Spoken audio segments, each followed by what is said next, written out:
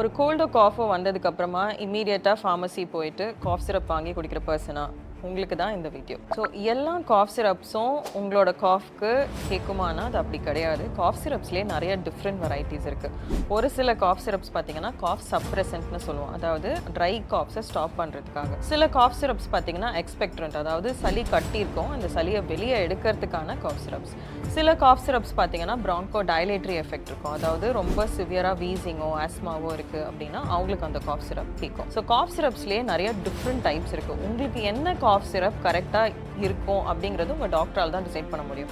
உங்கள் டாக்டர் உங்களை எக்ஸாமின் பண்ணிவிட்டு இது ட்ரை காஃப் அப்படின்னா காஃப் சப்ரெசன்ட் கொடுப்பாங்க. உங்களுக்கு சளி கட்டி இருக்கு அப்படின்னா அதுக்கேற்ற மாதிரி ஒரு சில காஃப் சிரப்ஸ் கொடுப்பாங்க. ஸோ நீங்கள் அதை மாற்றி கவுண்டரில் நீங்களாக போய் ஒரு காஃப் சிரப் வாங்கும்போது என்ன ஆகும் அப்படின்னா உங்களுக்கு நிறைய சளி கட்டியிருக்கு, அப்போ நீங்கள் போயிட்டு ஒரு காஃப் சப்ரெசண்ட்டை வாங்கி குடிக்கிறீங்க அப்படிங்கும் போது அந்த சளி வெளியவே வராது. அதே மாதிரி உங்களுக்கு ட்ரை காஃப் தான் இருக்குது, சளியே இல்லை, அந்த மாதிரி பர்சனுக்கு நீங்கள் எக்ஸ்பெக்ட்ரேட்டிங் காஃப் சிரப் வாங்கி குடிக்கிறீங்க அப்படிங்கும் போது இருக்கிற காஃப் அது ஜாஸ்தி தான் பண்ணும். ஸோ நீங்கள் வந்து இந்த ப்ராங்கோ டைலேட்டரி காஃப் சிரப்ஸ்னு இருக்கும், அந்த மாதிரி காஃப் சிரப்பை உங்களுக்கு வீசிங்கோ ஆஸ்மாவோ இல்லாமல் வெறும் காஃப் தான் இருக்குது, அப்போ அந்த மாதிரி காஃப் சிரப்பை வாங்கி நீங்கள் குடிக்கும்போது தேவையில்லாமல் ஹார்ட் பால்பிட்டேஷன்ஸ் கூட வரலாம். ஸோ எந்த காஃப் சிரப் உங்களுக்கு தேவை அப்படிங்கிறது உங்கள் டாக்டர் தான் டிசைட் பண்ண முடியும். நீங்களே ஏதாவது ஒரு காஃப் சிரப் வாங்கி குடிக்கும்போது இந்த மாதிரி அன்னெசரி காம்ப்ளிகேஷன்ஸ் தான் உங்களுக்கு நிறையா வரும்.